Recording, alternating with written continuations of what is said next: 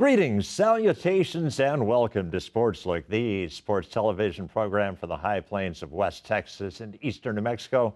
I'm your host, Doc Elder, and just like a bunch of Teslas, my Sportslook crew and I needed to recharge our batteries. So after 2 weeks off, we've come back energized and we're ready for a great episode. We're going to have Corey Bell. He's the Assistant Athletic Director for Sports Performance. We are going to have Tim Bolin and Blaze Chernevich from Greyhound Basketball. I'll finish up with an overtime, but as always, I'll start out with an Eastern recap. A pretty successful showing for Greyhound track and field last weekend in Canyon, Texas, I think you'd have to say, as the Greyhound track and field squad set 3 school records in various events. Greyhound baseball playing a series against Cameron University. They lost the first game 16-15, but then they swept a doubleheader on Friday. And then on Saturday, they won game 4 in walk-off fashion. And Greyhound softball won 1 out of 3 games at Angelo State, which may not sound like much, but considering we hadn't beaten Angelo State in softball since 2016, yeah, that was quite an accomplishment. Well, that has been your Eastern recap, so we'll clear this out and we'll bring in Corey Bell right now.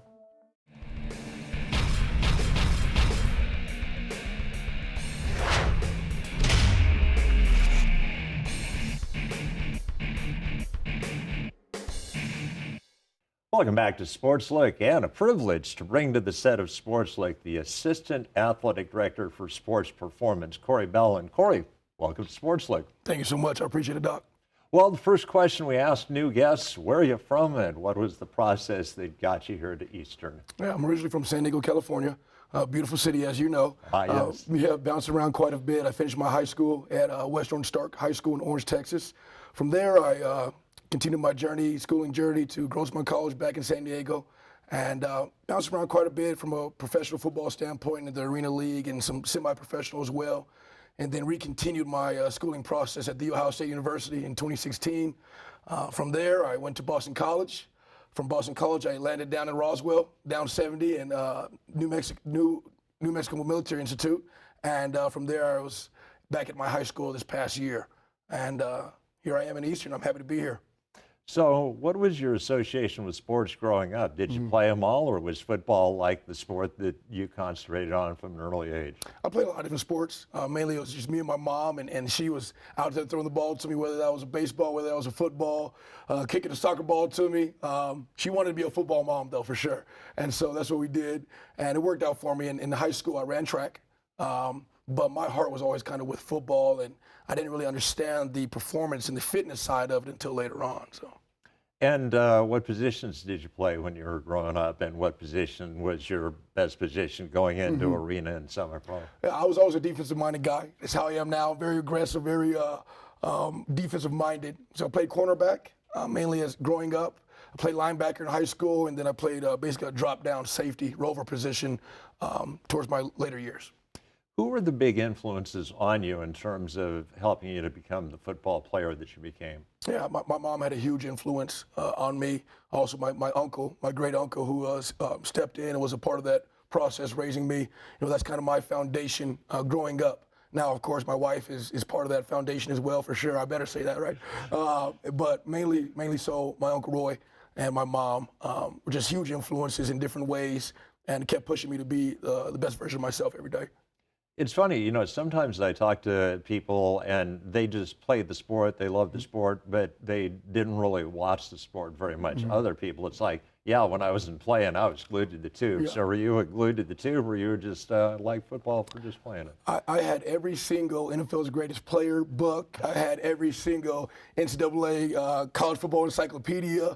I was a true fan and a true warrior when it came to understanding the game, a true love for the game, if you will. So it was more than just playing on the field, yeah.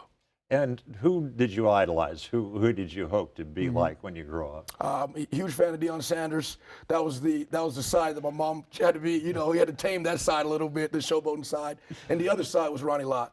And then also being in San Diego Chargers, Rodney Harrison. So you can kind of see my personality, you can kind of see my persona from those type of guys. Ronnie Lott and Rodney Harrison were very great defensive safeties, and I loved watching them growing up. So what did you major in? Yeah, at Ohio State, the Ohio State University, I majored in physical education and coaching. And so that was my main focus there. I also had the opportunity to start my career there as a strength and conditioning intern. So I was getting hands-on practical experience during studying what I wanted to be. Continued my later education in Boston College for Sports Administration, and I'm going to finish that program here at Eastern. So I'm going to be happy to be a Greyhound graduate. Well, I have two sons, and one of them got a master's degree in sports administration from Eastern, so Awesome. I can speak highly of the Yes, sir. program. At what point in your life did you start to think that you wanted to be a coach? You know, I tell people all the time, I didn't find coaching, coaching found me. I was personal training at the RPAC, which is the Max Pack equivalent here at Ohio State, and the Ohio State football had a strength and conditioning clinic. And I showed up and introduced myself and shook a couple hands and got offered an intern interview. And it was Ohio State Pro Day 2017. And really big names all around. You had really big head coaches, all kinds of stuff. I had no idea what I was getting involved in, but I knew that it was the right thing for me. Again, it found me, I didn't find it. And so did my time there, and you know, me and my wife, we were newly married. We hit the road with a $500 wedding gift, 2 car notes, no place to live, no place to stay. We had no idea what was going on. 36-hour honeymoon drive to Ohio. Our marriage is in jeopardy within the first week, right? So we had to figure it out, and we did. And I was going to step away from strength and conditioning, and then they said, well, we're going to have a position for you, a paid position, and that's really how my professional career got started after the internship. Amazing how things work out sometimes. It's beautiful, beautiful thing. Yes, sir. So obviously, when you're a player, I mean, strength and conditioning is important, but you're being told how to do it. What was the big adjustment in being the person to tell others how to do it? Having confidence, having awareness about yourself, awareness about your education as well too. Most importantly, though, is experience. You know, I can get every certification that's out there. I can know every single scientific formula. It doesn't matter if I can't relate to the athlete. You know, that relationship piece is so critical in my profession, because what I do as a strength and conditioning coach is I bring people to the edge and I push them off whether they like it or not. And they have to know that you have their best interests in mind. And so the only way that you get that is through a practical experience and through gaining relationship. I can imagine that some of your colleagues in the profession are kind of a one-size-fits-all, that this is good for you, it's good for me, it's good for everybody. But other strength and conditioning coaches are more like, no, you got to look at the individual and you've got to figure out a different schedule for everybody. So where do you come down on the spectrum? Yeah, from me personally, it's all about the holistic approach, developing the person first and the athlete second. If I can make you a better person, you'll definitely be a better athlete. If I make you a better athlete, it's not guaranteed you're going to be a better person. And so I'll tell our athletes all the time, 10 years from now, I expect to be invited to your wedding. 10 years from now, I expect to hear great things about you being a good father or a mother. I expect that. But my 4 pillars, how I coach through: spiritual, whatever that is for you; mental, emotional, and physical. Notice the physical is last. If we can address everything from a holistic point of view and develop young people, then we'll develop great athletes as well. So in terms of performance, do you get into nutrition, or is that something that you leave for other people? No, I'm definitely not an RD, registered dietitian. However, I can give advice, and I've been helping out with quite a few athletes over the past years. Had the privilege of sending 2 Olympians to Tokyo as their performance counselor, if you will. Did their programming, did their nutrition and whatnot. Again, I pull that holistic piece into the performance side. I call it Pride on Performance. Sunlight, bare feet in the grass, natural raw foods, you know, minimizing meat. I'm not against it, but not over consuming. Everything's in moderation. And so all that stuff is very simple. It's ancient wisdom, actually, and so I bring that into the performance aspect with my nutrition and just knowing how the body works. You can't address your arm without understanding that your shoulder's going to hurt as well, too. So, well, Corey, how did you find out about this position, and what was intriguing about it? So a former colleague of mine at New Mexico Military Institute reached out to me, and he said to give Coach Lee a call, and everything worked out. It sounded great. I was ready to transition from my previous institution. It's hard when you go back home and you're around certain folks and you're around an environment that's very special to you, and it's almost like your baby, but you don't like how your baby's being treated, so you got to step away. And so this position came open, and it worked out perfectly. I'm so happy to be here. We have willing young people. We have willing coaches. We have great facilities. And so we're going to keep on building and keep on progressing this thing. In 1 to 3 years' time, I would like to stay on the shorter end. We will be the leading sports performance department in D2 in the country. That's a fact. Well, obviously, you had to be sold on Eastern, and Yes. you mentioned things that you liked. You liked Kelly Lee, you liked the facilities, but you had to sell yourself to Coach Lee. Yeah. And what do you think was the selling point that got you this position? I would say the accountability piece. That's not very. You don't find that a lot in our society nowadays. It's very important to hold yourself accountable first, and then hold the young people accountable as well too. We align in that aspect. I love him as a head coach. I hope he loves me back as his strength coach, and he knows that I'm going to give my very all to our athletes. And I want to make sure that everybody knows I'm not just a football strength coach. I'm going to train our softball athletes, our women's volleyball, our basketball players the same way we train football. It's going to be hard. It's going to be tough, but you're going to leave Eastern a better person than you came. And I saw that I had an opportunity to do that here, and that's what I'm doing. Well, that was going to be question 14, so I'll skip over to question 15, which is obviously your position is assistant athletic director, which means that you work with the athletic director. And give me your impression of Paul Weir.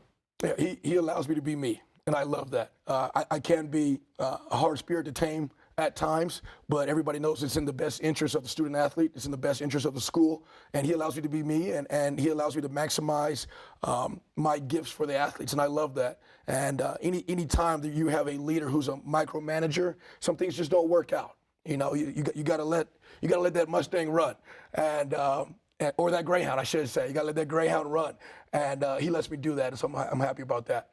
Well, Corey, it's a pleasure to get to know you. My only question is, are you just for student athletes, or can faculty members ask you questions about performance? Of course, without a doubt. Okay. So that bridge that connects from campus to the athletic side here in Port Tallis, that bridge is very special to me. And even though maybe not so much in a natural sense we are rebuilding it, but maybe a little bit in the unseen we are rebuilding it as well too. There's a slight disconnect, and I think a lot of people just don't know that it's okay to go back and forth.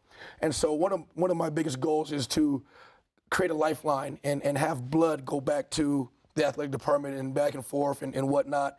And faculty are a huge part in that. I am teaming up with people like Dr. Guerra here on campus in human performance.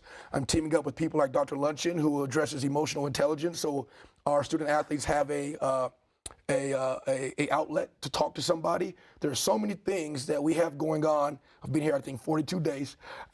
There's so many things that we have going on to where if faculty or somebody wants to reach out to me, I would love that. I would love that. I'm not just here to change the weight room that I'm in. I'm here to invest in the city of Port Tallis. Well, I'll be the first person knocking on your door tomorrow morning. So. Beautiful. Well, Corey, thanks so much for being here, I guess, and good luck getting us to that top echelon in D2. Yes, sir. It will happen. All right. Well, that is going to wrap up our first interview segment. So I'll bring in two guys from Greyhound basketball right now.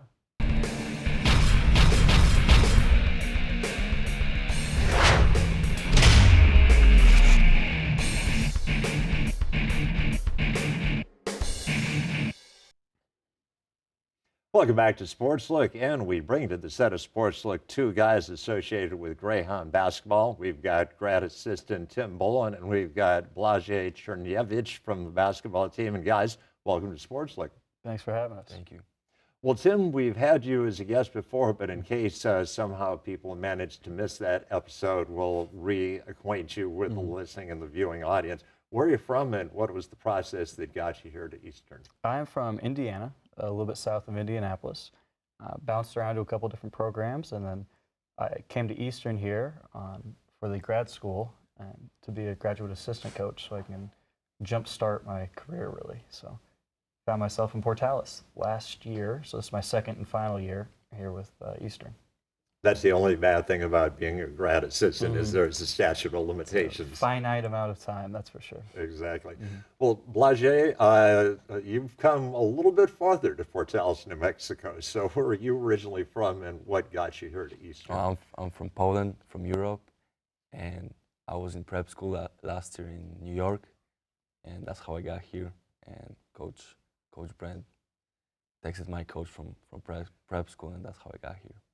Well, obviously, the possibilities were limitless when you got done playing at the prep school. Why Eastern? What was the selling point that really convinced you this was where you wanted to go? I just knew that the team is gonna be whole new. The whole team is gonna be new, and I just knew that as a freshman, there's some schools and some coaches that they don't want freshmen to play at the first year. So I just found out if it's gonna be the whole new team, I just have a, you know, just have the same opportunity as everyone from the team. Well, Tim, we'll go back to you. Obviously, we hoped that we would be better than we were last year. It turned out we were not only better, we were way better than we were. What was the big difference, in your opinion, between last year and this year? It was a complete change in terms of our toughness and our defense. You know, I think we really, I sat here at the desk at the beginning of the year just hoping and kind of praising our defense in the preseason.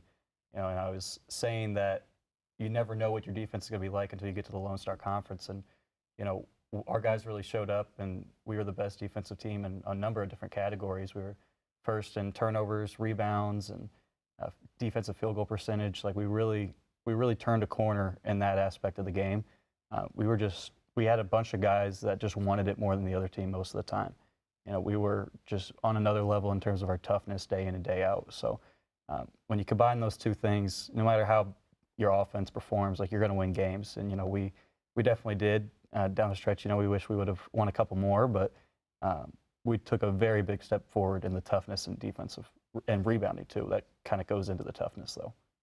Well, Elijah, you guys set a school record for most wins in Lone Star Conference play. And what would you say? What do you think was the big reason why you guys achieved that many wins? As coach said, I think the toughness. I think every practice and every game, like we just wanted more than other teams, and the energy was in the team. So I think that's the main reason why we got that many wins this year. Tim, you guys qualified for the Lone Star Conference tournament. It was the first time we'd done that in a number of years, and you didn't have to wait until the final game of the season. You guys actually punched your ticket the weekend before the last week of the season. And did you talk about that with the players, or was it just like you were trying to take the games in Arkansas and Oklahoma just one game at a time? We didn't tell the guys that we would qualify until after we won at UAFS, and we told them then that we had punched our ticket and we still had stuff to play for, and obviously the games after that didn't turn out our way, but a big relief kind of hit us there after that game. But you know, it didn't really affect our energy and our, you know, our attempt to win those next few games, but obviously it didn't shake out that way. But yeah, it was really a testament to how our guys played throughout the entire conference season that we, you know, clinched with a week and a half to go before the actual tournament in Frisco. So that was a good thing for us, a positive thing. And now obviously we want to build on that and not put ourselves in a position where we're, you know, tied for sixth at the end of the year. We want to step up and, you know, improve our seeding. Blige, I think I know the answer to this question, but I've been wrong before. If you had to look back at the season, at all the games, what was the highlight of the season to you? I think my buzzer beater when I hit the shot against Lubbock Christian. I think that was one of the greatest moments of my life. I think a lot of my friends even from Poland that I didn't talk for a long time just texted me like, wow, and they saw the highlight and stuff. So yeah, that was a really good moment. I'm never gonna forget it. I made the prediction when you made the three and then you got the buzzer beater tip in. I said 50 years from now, that play will still be epic in the history of Eastern basketball. Thank you. Well, speaking of highlights, we do have highlights. We had a crew over in Frisco, Texas, taking film of your game against WT, and we've got the highlight reel ready. So let's cue it up, and if you guys just want to walk us through it. I think it was a 1-point game, 4-3 after the first media. Obviously low scoring, but we were executing early. They just started hitting shots.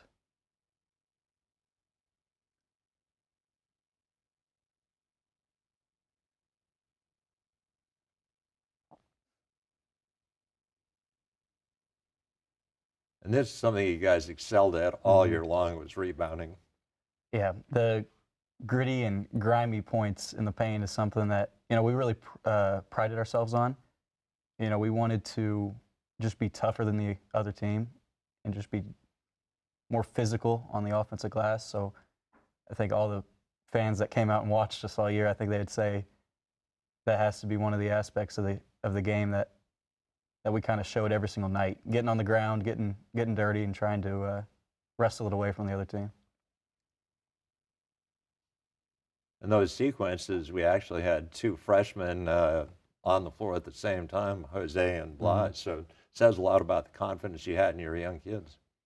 Yeah, definitely. Those two guys, this guy sitting next to me and Jose, were fantastic all year. And definitely you could see how their confidence and their comfort in the game really just kept growing throughout the season. You see Blas, I mean, his points totals, obviously, his shooting totals kind of just kept getting better and better throughout the year. And, you know, there's a reason they were both named all freshman team. It's like all the guys, all the teams that we played against recognize that these two guys are special. And, you know, they did a really good job of taking the opportunities that we gave them in terms of playing time and really benefiting from that and getting everything out of it that they could. And Jose did a lot of that this year as well.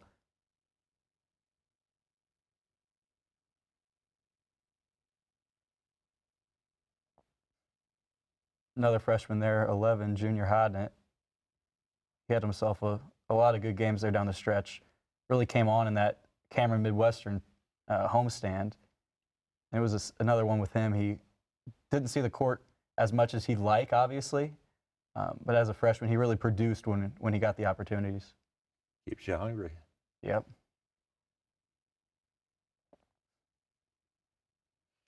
Well, obviously, it was kind of a glass half full, glass half empty situation. The glass half full, you made it to the tournament. Glass half empty, you go out in the first round. But Tim, what's the positive takeaway for you from making it to the Lone Star Conference tournament?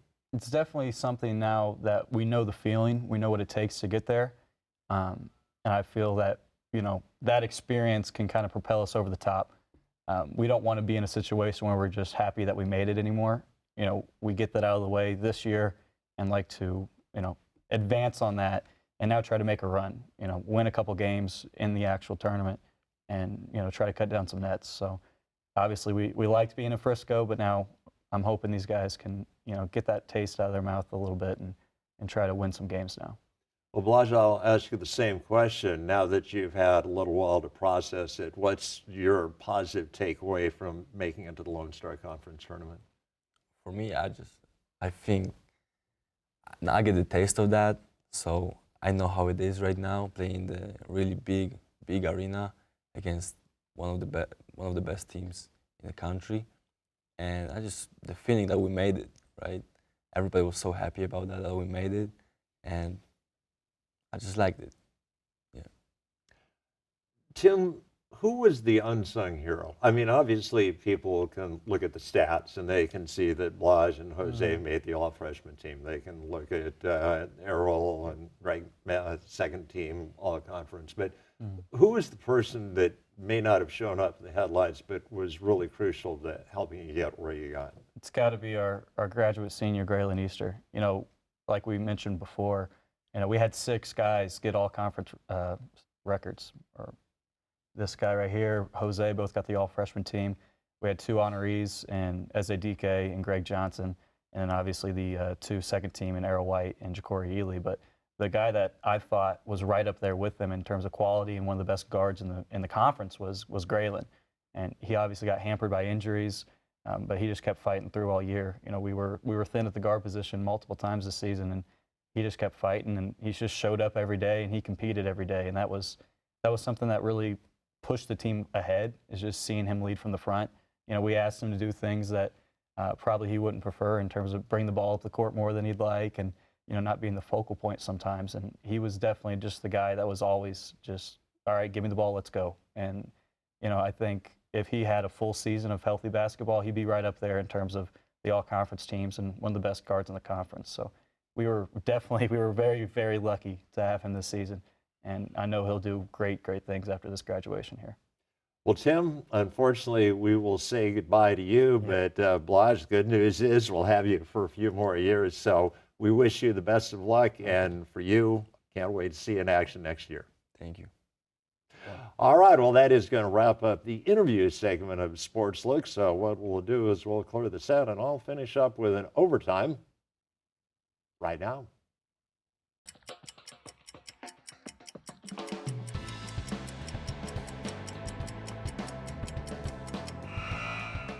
If you go to sporting events in large venues, no matter where you go in this great nation of ours, you're probably going to hear the same songs because there actually is a genre called arena rock.